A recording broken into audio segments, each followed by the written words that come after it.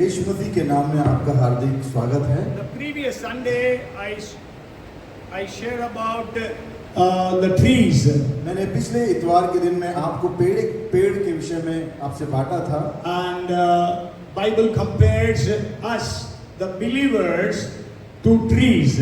और जो बाइबल में हमें विश्वासियों को पेड़ के साथ हमारी तुलना करते हैं। And we could not complete that message. हम उस संदेश को पूरा नहीं कर पाए So थे। today I will try. I don't know. Today also I will not be able to complete because already the time is very much past. मुझे नहीं पता आज के हम समाप्त कर पाएंगे या नहीं कर पाएंगे क्योंकि जो समय है बहुत हो चुका है। Okay, so anyhow, so we will continue that message. कोई बात नहीं, हम उस संदेश को आगे रखेंगे। And we studied on that day from Psalms chapter 1 and verse 3 and Jeremiah chapter 17 and verse 8. और इस प्रकार से हम अध्ययन कर रहे हैं भजन संहिता 1 उसका 3 और यिर्मयाह की किताब उसका 17 उसका 8वें वचन को। Those two verses compare us to trees and the 7 different blessings that have been recorded in those two verses we studied.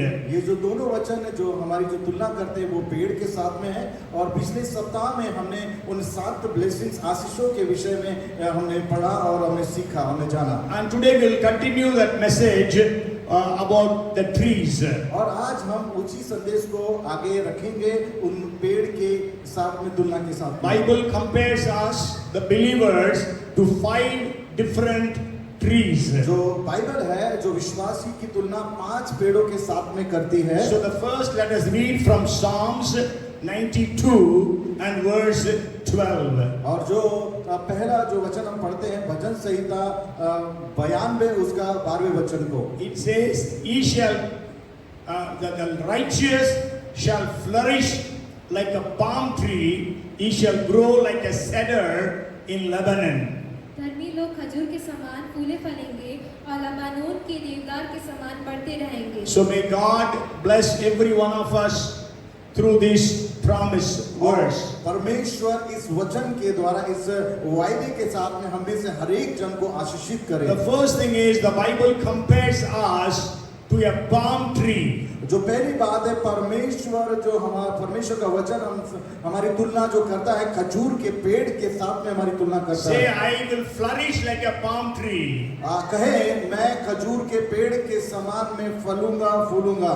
Say, I will flourish like the palm tree. कहे Yes, हिंदी में बोले। कहे मैं खजूर के पेड़ के समान में फलूंगा फूलूंगा।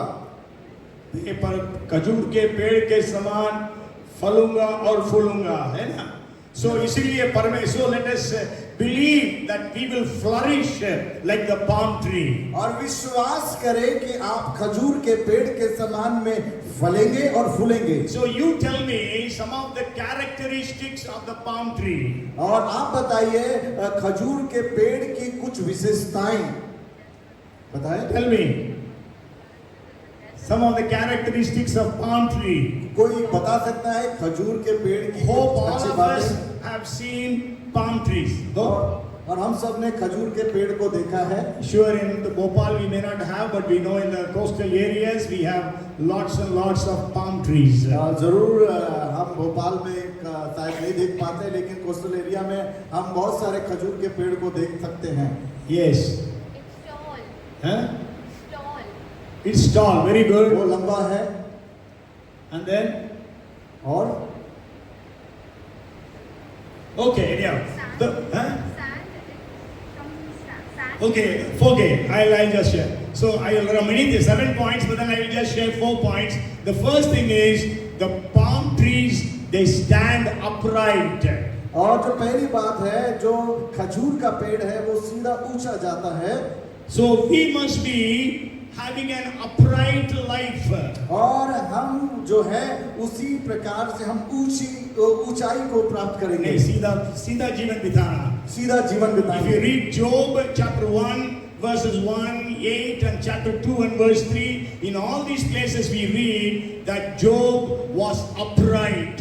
और जिस प्रकार से अय्यूब 1:1 और अय्यूब 1:8 में हम देखते अय्यूब के जीवन में वो उसका जीवन जो था वो सीधा था। Yes, so we also need to have an upright, a righteous life. और हमें जरूरत है कि हम भी उसी प्रकार से सीधा जीवन बिताएं, एक धार्मिकता का जीवन हम बिताएं। If you read Ecclesiastes chapter 7 and verse 29, और सबोपदेशक 7 उसका 29 वचन को हम पढ़ेंगे। truly this only I have found, that God made man upright, but they have sought out many schemes.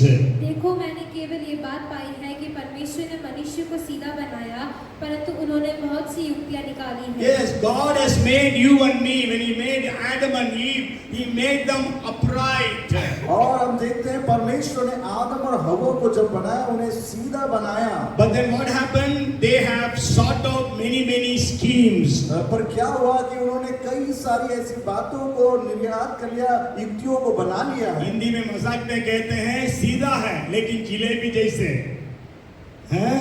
आज लोगों का जीवन है जिलेबी जैसा सीधा है, लेकिन God wants us, we must be upright like the palm tree. जैसा हम देख रहे हैं कि जो जलेबी जैसा घुमावदार जीवन है, लेकिन परमेश्वर चाहता है कि हमारा जीवन सीधा हो। Okay, and the second thing I want to share about upright is not only we lead an upright life, but also because the palm tree grows high, touching the heavens, so we must be connected to heaven or God.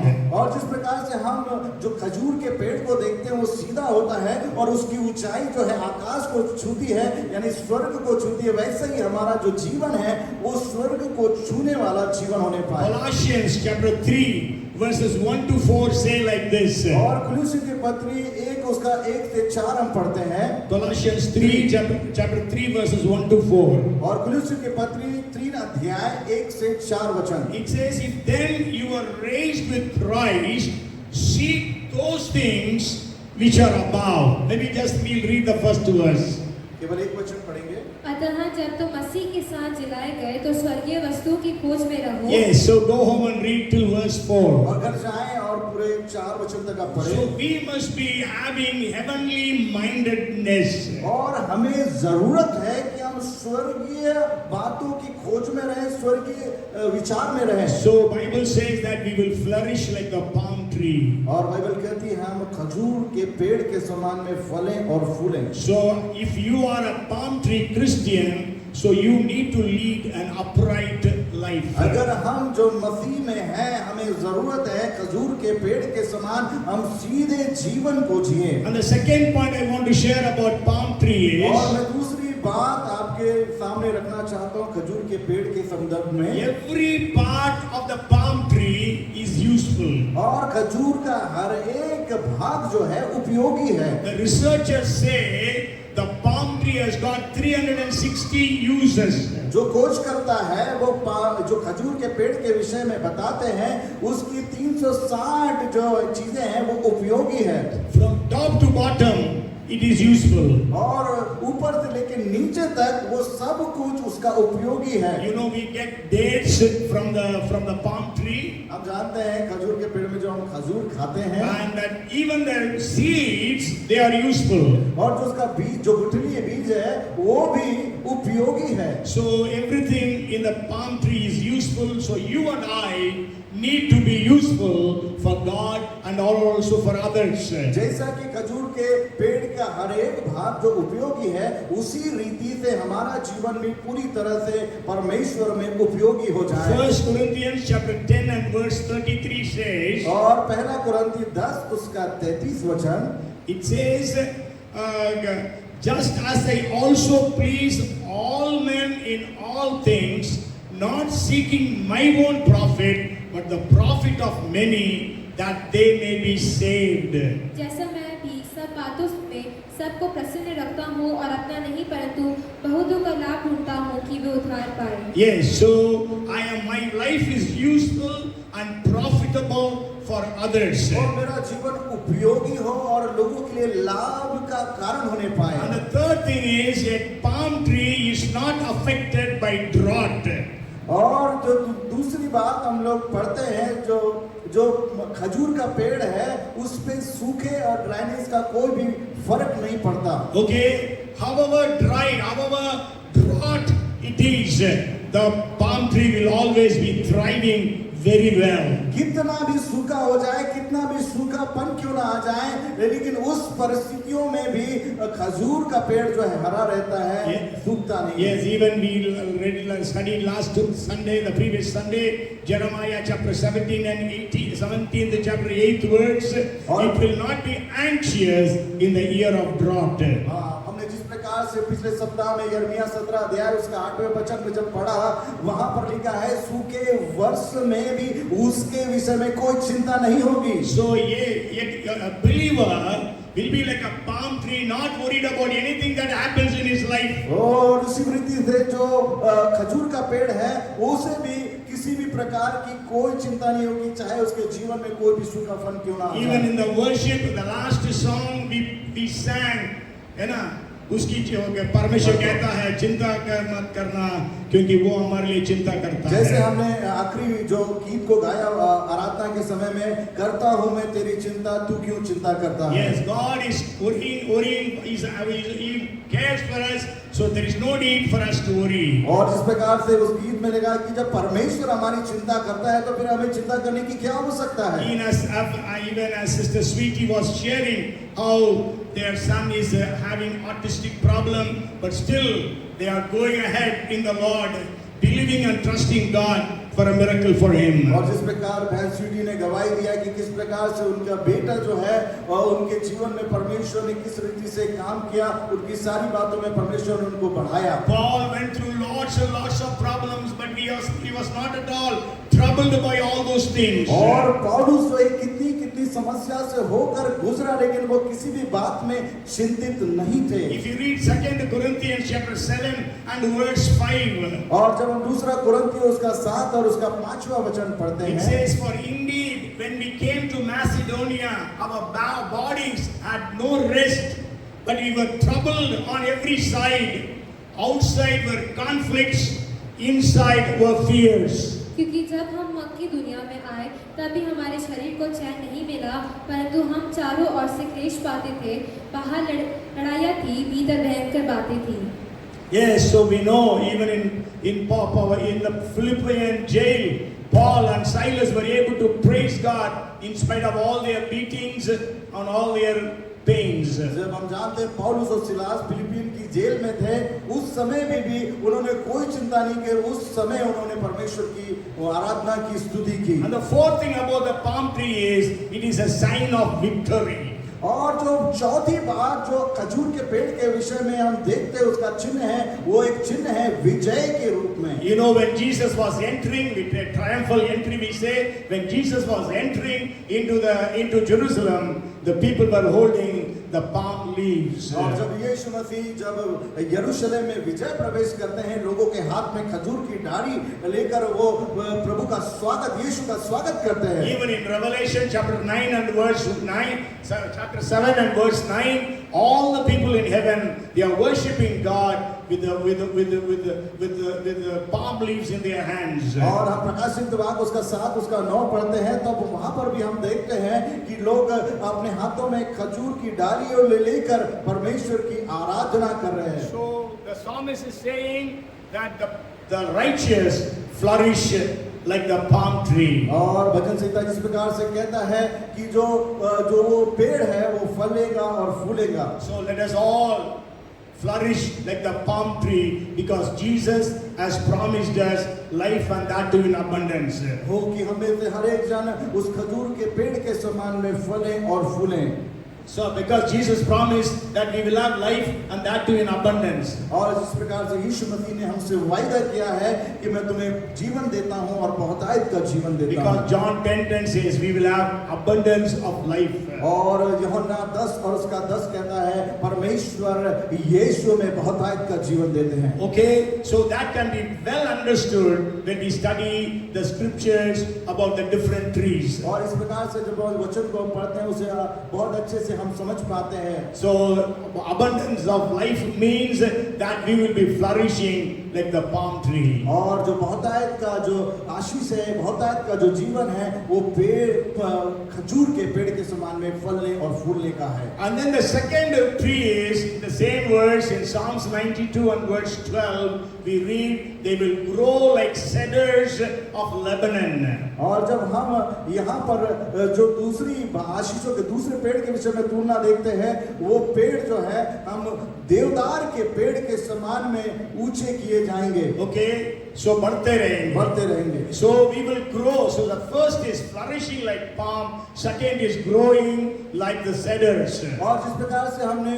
पहले जो बात पढ़ी वो खजूर के पेड़ के समान में फूलेंगे और फलेंगे, और दूसरा जो बात हम देख रहे हैं, हम देवदार के पेड़ के समान बढ़ते जाएंगे। Why Bible is comparing us that we will be growing like the cedars? क्यों परमेश्वर वचन जो है हमारे तुलना जो है देवदार के पेड़ के समान में करते हैं? Because the cedar trees, they grow very tall and they are very broad. और जो जिस प्रकार से जो हम देवदार के पेड़ को देखते हैं, वो बहुत ऊंचाई को प्राप्त करते हैं और जिनकी उसकी चौड़ाई भी बहुत बड़ी होती है। Okay, they say the girth, the breadth of the tree is almost 35 to 40 feet, means at least 10 people can hold it. और जिस प्रकार से देवदार की जो मोटाई है वो 35 से लेकर 45 फीट की होती है, And the height is about 90 feet. और जो ऊंचाई होती है वो 90 फीट के लगभग होती है। So God is telling that we will be growing like the cedars. और परमेश्वर हमसे कहता है कि हम जो है देवदार के पेड़ के समान में बढ़ेंगे। Okay, so our growth is very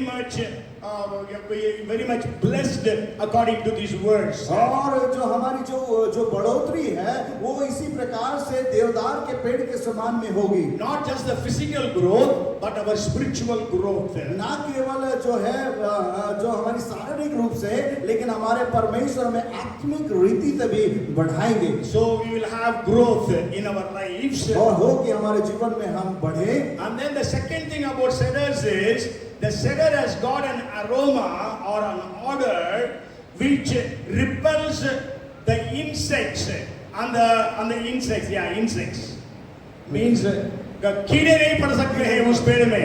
हाँ, जो कि दूसरी बात मैं आपके सामने ध्यान में लाना चाहता हूँ कि जो देवदार के पेड़ है उसमें से ऐसा स्मेल या खुशबू रहती है कि जो कीड़े हैं उसमें लग नहीं सकते। Okay, so that means, as the Bible says in Ephesians chapter 4 and verse 27, neither give place to devil. Ephesian जो है 4 उसके 27 में हम पढ़ते हैं कि शैतान को अवसर न दो, कि शैतान को अवसर ना दो, because we are having such a smell that we are repelling the powers of darkness. और जो खुशबू हमारे अंदर है कि जो शैतान और उसकी ताकतों को भगा सकती है। Okay, so we have such power inside of us. और वो सामर्थ हमारे अंदर है जो हमारे अंदर परमेश्वर देता And है। then the third thing is, cedars are very beautiful trees.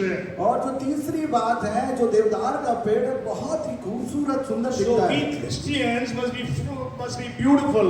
और हम जो मसीह है हम सुंदरता को देखना Not चाहिए। outward beauty, ना केवल बाहरी सुंदरता, but an inward beauty. लेकिन आंतरिक सुंदरता हमारे अंदर होने That's चाहिए। what Peter says in 1 Peter chapter 3 verses 2 to 4. और जो पहला पत्र उसका 3 अध्याय 2 से 4। And then the fourth thing about cedars is, cedars give so much of shade for varied travelers, and also so many birds, they make their nests upon the tree, the cedars. और जो चौथी विशेषता जो देवदार के पेड़ की है वो बहुत ही घना होता है, और उसकी छाया में जो यात्री है वो आराम पाते हैं, छाया पाते हैं, और जो पक्षी है उसमें डेरा करते हैं। So when we are Christian believers, जब हम मसीह विश्वासी हैं, and the Bible compares us to the cedars of Lebanon, और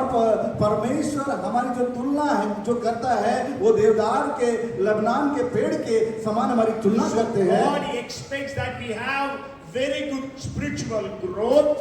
और परमेश्वर हमसे अपेक्षा करते हैं कि बहुत हम परमेश्वर में बढ़ोतरी को लेकर रखें। And then the second thing, we must be able to repel or drive away every satanic forces. और दूसरी बात कि हर एक जो शैतानी ताकतों को, शक्तियों को हम भगा सके। And then the third thing is we have the beauty of Jesus in us. और वो तीसरी बात जो है यीशु की सुंदरता हम में दिखाई दे। And the fourth thing is we must be able to be a refuge for people and for everyone. और चौथी बात जो है कि हम लोगों के लिए आसरा और एक सहारा बन सकते हैं। You know, in many of the mainline churches, at the end of the service, after the benediction, they always sing this song, "Let the beauty of Jesus be seen in me."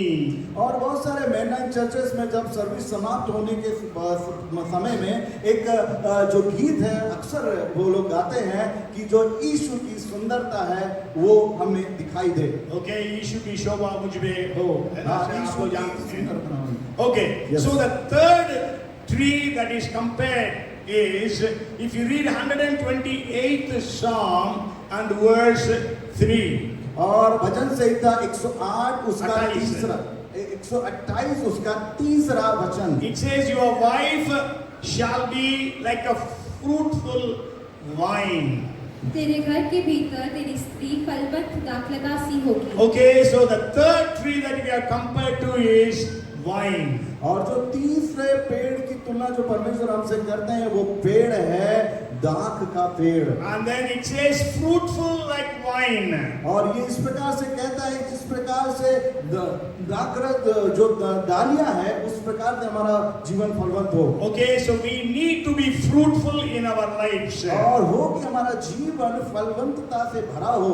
Okay, if you read Numbers chapter 13 and verse 23, और गिनती की किताब 13 उसका 23वां वचन। it says, "Then they came to the valley of Eshcol, and there cut down a branch with one cluster of grapes. They carried it between two of them on a pole."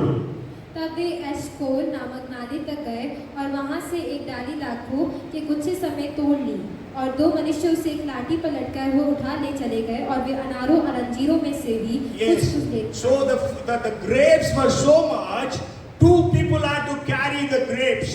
They tied the grape the bunch in a pole, and two of them carried. So big the bunch was.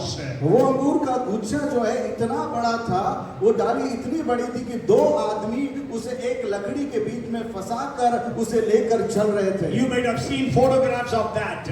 और आपने शायद इसको एक photo में जरूर देखा होगा। Okay, so God wants that we bring forth fruits, much fruit, more fruits and much fruits. और परमेश्वर चाहता है कि हम फलवंत हो और बहुतायत से फलवंत हो। And then the fourth tree that I want to share with you और is, मैं चौथी जो पेड़ है वो आपके सामने लेकर आना चाहता that is हूँ। again in Psalms 128 and verse 3. और ये वापस हमें जो भजन संहिता 128 उसके तीसरे वचन में मिलता है। Your children like olive plants all around your table.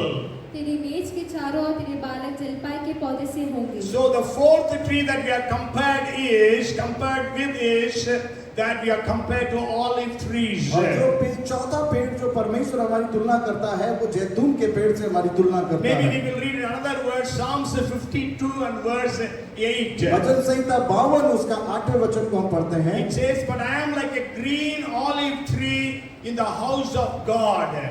परंतु मैं तो परमेश्वर के भवन में हरे जैतून के वृक्ष के समान हूँ। Yes, so we are like olive trees. और हम जो है जैतून के पेड़ के सम्मान में हैं। Even Jeremiah chapter 11 and verse 16 says, और यही यिर्मयाह 11 उसका 16 वचन में भी हम पढ़ते हैं। "The Lord called your name green olive tree, lovely and of good fruit." 11 का 16, यहोवा ने तुझको हरी मनोहर सुंदर फल वाली जलपाई तो कहा था। So God calls us as olive trees. और परमेश्वर जो हमारी तुलना करता है वो जैतून के पेड़ से हमारी तुलना See, करते हैं। these I am bringing to your notice these different trees so that we can understand the promise that Jesus gave that we will have life and that too in abundance. और मैं इस सारे पेड़ों से जब हम तुलना कर रहे हैं, परमेश्वर यही करता है कि परमेश्वर इन सारे पेड़ों से हमें दिखाना चाहता है कि परमेश्वर हमें देना चाहता है और बहुतायत से देना चाहता है। Okay, so Jesus wants to give us life and that too in abundance. और जो परमेश्वर जो हमें जीवन देता है वो बहुतायत का जीवन हमें यीशु देते हैं। So we will flourish like the palm और हम खजूर के पेड़ के समान फलते और फूलते and we will grow like cedars. और देवदार के समान में हम ऊंचे गिरते हुए जाएं We will be fruitful like the vine और जो है हम दाख के समान में फलवंत हो जाएं and then we will be prosperous like the olive tree. और हम जो है जैतून के समान में बढ़ते चले जाएं। And olive, we know it is the symbol of the anointing oil. जो हम जैतून के तेल के विषय में पढ़ते हैं, जैतून का तेल जो है वो अभिषेक के लिए इस्तेमाल किया So जाता है। God's people must have the anointing of the Holy Spirit upon us. और जो तेल से पवित्र आत्मा का वो अभिषेक किया जाता है। Okay, so we need to be filled with the anointing of the Holy Spirit. और हमें जरूरत है कि हम पवित्र आत्मा के उस अभिषेक से भरे जाएं। You go home and read Zechariah chapter 4. और घर जाएं और जकरया की किताब 4 अध्याय को आप पढ़ें। It speaks about 2 trees, olive trees, and it is speaking about the olive oil that is flowing through and speaks about the anointing of the Holy Spirit. और वहाँ पर हम जैतून के पेड़ के विषय में पढ़ते हैं और साथ में उस जैतून के तेल के साथ में उस अभिषेक के उस बातों को भी हम वहाँ पर देखते And the हैं। second thing is olive tree symbolizes prosperity.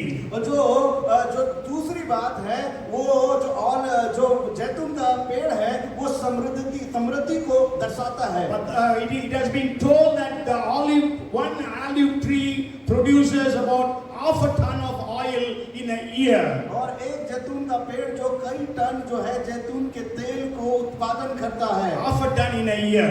एक टन, आधा टन. आधा ton. Okay, so the fifth thing is, let's read Numbers chapter 24 and verse 6. The fifth tree I want to compare ourselves with. और गिनती उसका 24 उसका 6 पढ़ते हैं। Like gardens by the riverside, like aloes planted by the Lord, like cedars beside the waters. It says, like aloes planted by the Lord. वे तो घाटियों के समान और नदी के तट की वाटिकों के समान ऐसे फैले हुए हैं जैसे कि यहोवा के लगाए हुए अगर के वृक्ष और जल के निकट के देवदार। Yes, यहोवा के लगाए हुए अगर के वृक्ष. So Hindi it says अगर का वृक्ष. और जो हिंदी इस प्रकार से कहती है वो अग्र का पेड़ है। And in Tamil it is saying sandalwood. और जो तमिल में जो लिखा जो अनुवाद किया गया है उसे चंदन के पेड़ के विषय में है। And then English it says aloes. और जो इंग्लिश में जो लिखा है वो आलोस के पेड़ लिखा है। Okay, aloes means अगर के वृक्ष के बारे में आप ढूंढेंगे, it was a very precious or a costly tree. अगर आप अग्र के पेड़ के विषय में YouTube में गूगल में जब सर्च करते हैं तो आपको वहाँ पता लगेगा कि जो अग्र का पेड़ है वो बहुत ही कीमती है। And also sandalwood is also very costly. और हम जानते हैं कि जो चंदन का पेड़ है वो भी बहुत कीमती है। That's why they smuggle all these trees. और इसी प्रकार से उसका बहुत ही जो स्मगलिंग है वो हम सुनते हैं और देखते हैं। The word aloes, the tree aloes comes 4 times in the scriptures. और जो अग्र का पेड़ है जिसका जो जिक्र आया है 4 बार आया है। And then I will just read one verse from the book of New Testament. It is dealing with Jesus. और मैं जो अग्र के पेड़ के विषय में जो आपको बताना चाहता हूँ जो नया नियम में आया है उसको मैं आपको पढ़कर बताना चाहता हूँ। John chapter 19 verse 39. और यूहन्ना उसका 19:39. And Nicodemus, who at first came to Jesus by night, also came, bringing a mixture of myrrh and aloes, about 100 pounds.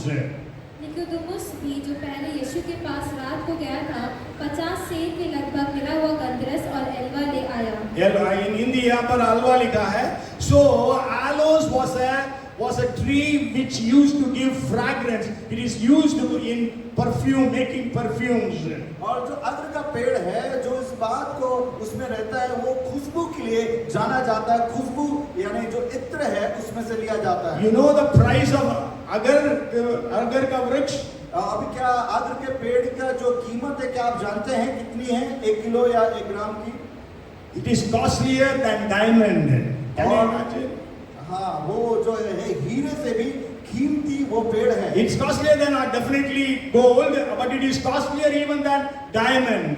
और जैसा ये जो हीरा है वो सोने से भी कीमती है, लेकिन वो हीरे से भी कीमती पेड़ है। It says per gram of agar it's about 32,500 to 80,000. जो 1 ग्राम जो अग्र है वो 32,000 से 80,000 तक है। 32,000 से 80,000। और अगर की ऑयल जो है, अगर का तेल, अगर oil, you know how much it is costing? अगर का जो तेल है वो कितना कीमती क्या आप जानते हैं? You will not believe me when I say, but it is on the Google. आप विश्वास नहीं करेंगे, लेकिन मैंने जब गूगल में उसे देखा, It's from 8,25,000 to 3 crores 25 lakhs. 3 crores 25 lakhs. One bottle of agar oil. 8,25,000 से लेकर 80 लाख, नहीं, 3 करोड़ 25 लाख है। 3 करोड़ 25 लाख से लेकर 8 करोड़ तक एक बॉटल जो तेल की कीमत है। Okay, so anyway, just for you. So God has made us so precious. That's what I want to share with you. मैं आपके सामने वही बात बांटना चाहता हूँ कि परमेश्वर जो है हमको बहुत ही कीमती हमको बनाया है। Because God says that He is comparing us with aloes. और परमेश्वर जो हमारी तुलना करता है वो अग्र के पेड़ से हमारी तुलना करता है। In Numbers 24:6 it says, aloes planted by the Lord. और जब जिस प्रकार गिनती उसका 24 उसका 6 वचन पढ़ा हमने, वहां पर लिखा है कि परमेश्वर हमारी जो तुलना है अग्र के पेड़ से करते हैं। नहीं, aloes planted by the Lord, यहोवा के लगाए हुए अगर के वृक्ष। जी हाँ। किसने लगाया, प्लांट किया? God has planted us. परमेश्वर के लगाए हुए वृक्ष। Okay, so we need to understand we are so precious. और हमें ये जरूरत है समझने की कि हम परमेश्वर में बहुत ही कीमती है। And one more thing about these 5 trees. और मैं ये सारे पर एक और बात बांटना चाहता हूँ ये 5 पेड़ के विषय में। They all live very long. और जो 5 पेड़ जो है वो बहुत समय तक रहते हैं। Isaiah 65 and verse 22, the second part says, और जो यशायाह 65 उसका 22वां वचन, for as the days of a tree, so shall the days of my people, and my elect shall long enjoy the work of their hands. तब जाति जाति के लोग तेरा धर्म और सब राज्य तेरी महिमा देखेंगे और तेरा एक नया नाम रखा जाएगा जो यहोवा के मुख से निकलेगा। पिछला भाग पढ़ना 65 का 22। यहाँ पर लिखा है, क्योंकि मेरी प्रजा की आयु वृक्षों की सी होगी और तेरे चुने हुए अपने कामों का पूरा लाभ उठाएंगे।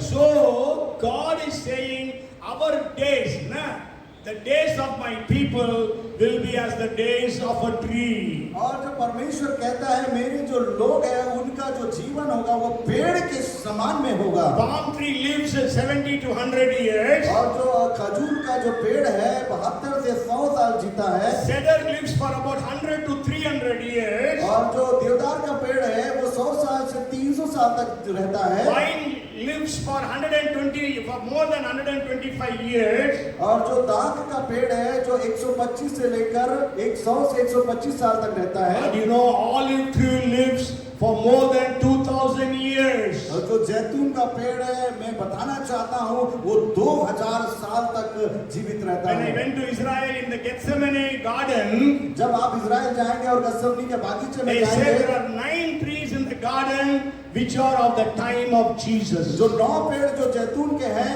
वो उस समय के हैं जब यीशु उस समय थे, उस समय के वो पेड़ But हैं। average they live more than 500 years. और जो औसत जो है वो 500 साल तक वो जीवित रहते हैं। Aloes, agar ka vriksh, it lives for 500 to 1000 years. जो अग्र का पेड़ है वो 500 वर्ष तक जीवित रहते हैं। But due to illegal chopping, they don't exceed 100 years. और इसके कारण की अलग उस तरीके से उनके काटा जाता है, इसलिए वो नहीं रह पाते हैं। Okay, so what I want to share is God has ordained you and me to be people who are like these powerful trees. और परमेश्वर मैं बताना चाहता हूँ कि परमेश्वर ने हमें इसलिए रखा है कि हमें वो परमेश्वर हमें उस पेड़ के समान में हमें But आशीषित what is our condition today? आज हमारी क्या परिस्थिति है, क्या स्थिति है?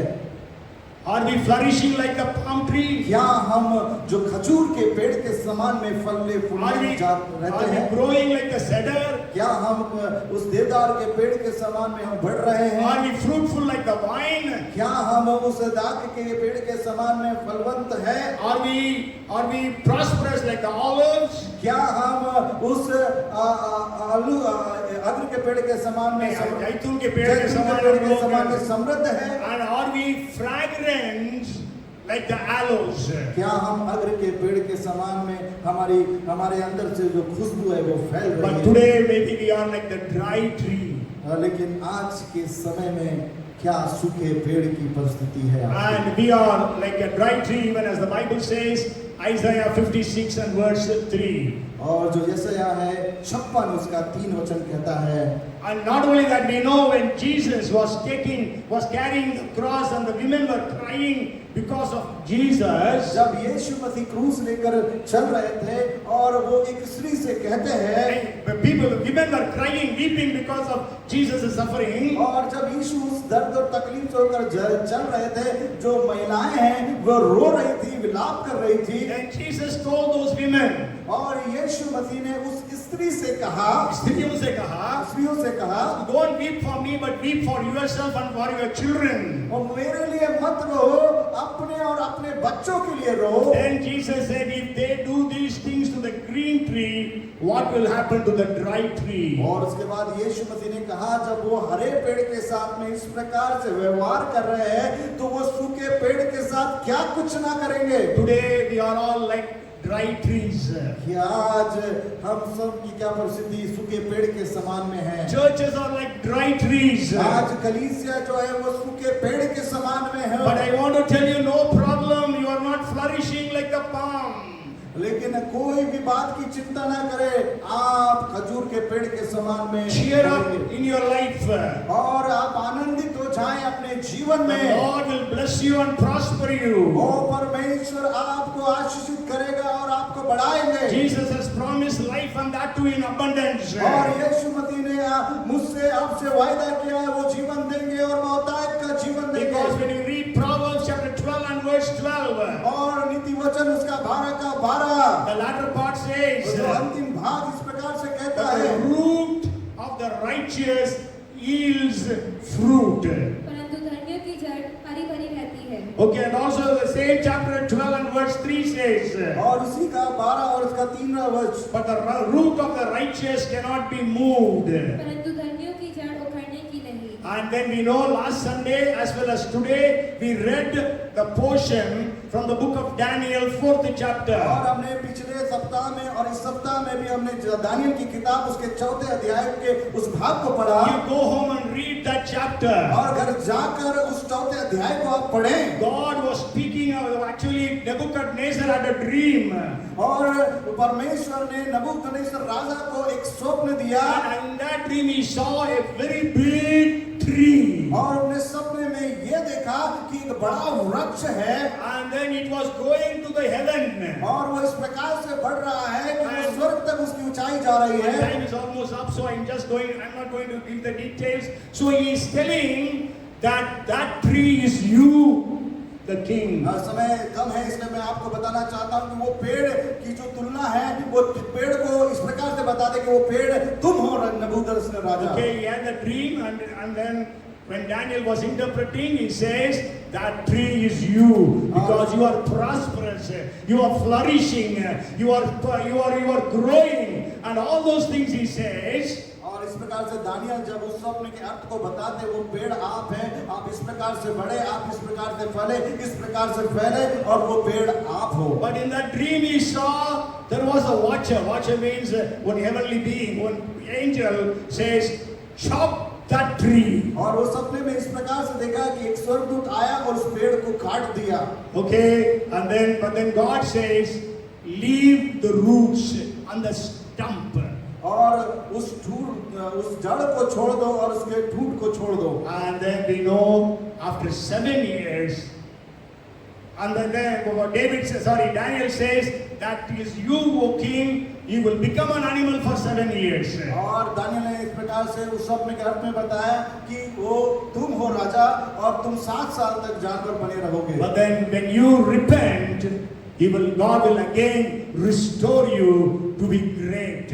और जब तुम पश्चाताप करोगे, अपने आप में उसके लिए खेदित होंगे, तो परमेश्वर आपको ज्यों का त्यों करेगा। And so you repent, he says. और इस प्रकार से दानियल कहता है कि तुम पश्चाताप करो। That's what we read today, 4 and verse 27. He says, repent. Then these things will not happen. और जिस प्रकार से आज हमने पढ़ा, उसमें यही पढ़ा कि उन्होंने पश्चाताप किया।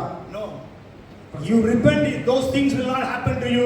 That is what Daniel said. और दानियल इस प्रकार से कहता है कि तुम पश्चाताप करो कि वो बातें तुम पर ना घटे। But then he did not repent. और लेकिन उसने उन बातों के लिए पश्चाताप He was full of pride. और वो पूरा घमंड से भरा हुआ था। So for 7 years he became an animal. और वो 7 साल तक जानवर बनकर रहा। Then at the end he realized that the kingdom is from God. और वो आखिरी में इस बात को समझने पाया कि जो राज्य है, जो पराक्रम है, वो परमेश्वर का है। So God restored him back to be the king. और परमेश्वर ने उसको ज्यों का त्यों करके उसे उस राज्य को So लौटाया। let us repent and come to God today. हो कि आज हम पश्चाताप करें और परमेश्वर की ओर फिरें। Our life is not upright like the palm tree. और हमारी जो जीवन है वो खजूर के पेड़ के समान में हो। सीधा नहीं है। And we know God told about Job, he was a man upright.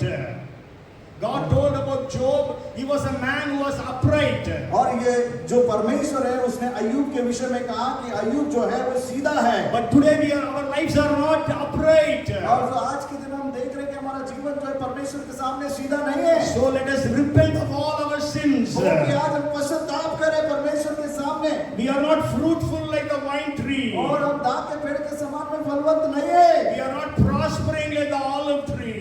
और हम जो है हम समृद्ध नहीं है जैतून के पेड़ के समान में। So let us repent and come to God today. और हो कि आज हम पश्चाताप करें और परमेश्वर की ओर फिरें। Jesus says, I have come to give life and that too in abundance. और यीशु मसीह कहते हैं मैं जीवन देने आया हूँ और बहुतायत के जीवन को देने आया हूँ। And we can very well understand about the abundance of life from these different trees. और हम इस वचन के द्वारा बहुत अच्छे से समझ पा रहे हैं इस पेड़ों की तुलना के साथ में। Okay, so that we will have an abundance of life today. और आज हो कि हमारे जीवन में बहुतायत के जीवन होने May पाए। God have mercy upon us. और परमेश्वर की दया हम सब पर हो। So that all of us will flourish like the palm tree. और हम सब जो है वो खजूर के पेड़ के समान में फले और फूले। And we all will grow like the cedars. और हम सब जो है देवदार के समान में ऊंचाइयों को प्राप्त We करने all वाले। will be fruitful like the vine. हम जो है दाख के पेड़ के समान में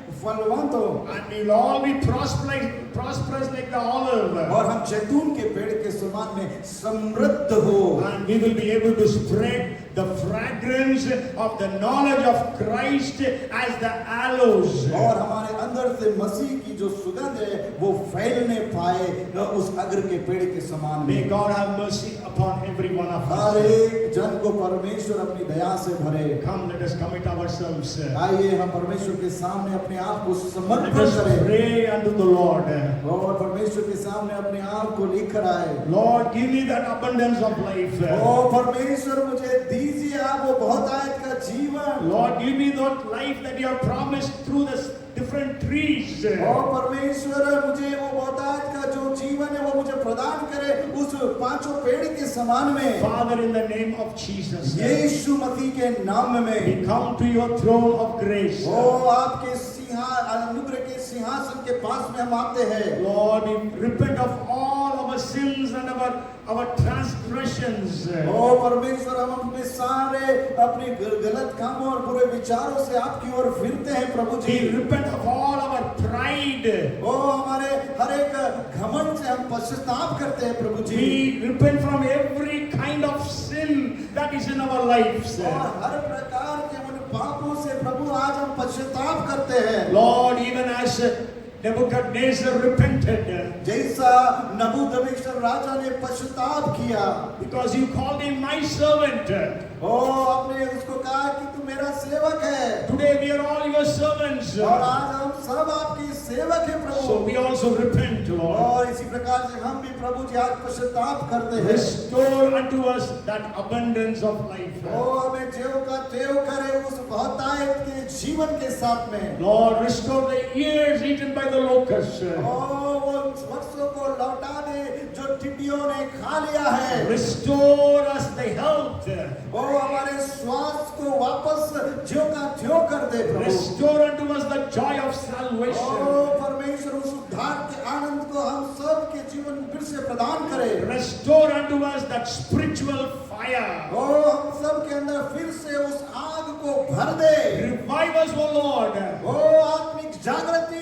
We give you the glory and the honor. हम सारी आदर और महिमा आपको देते हैं। In Jesus' name we pray. यीशु के नाम में हम प्रार्थना And मांगते हैं। everyone said, और हर एक जन कहे Amen. Amen. Amen. Amen. May the grace of our Lord Jesus Christ, the love of our Heavenly Father, and the fellowship, and the anointing, and the gifts and the power of the Holy Spirit be upon us all, so that we will flourish like the palm trees, grow like the cedars, fruitful like the vine, prosperous like the olive, and we'll be spreading the fragrance of Jesus like the aloes now and forevermore.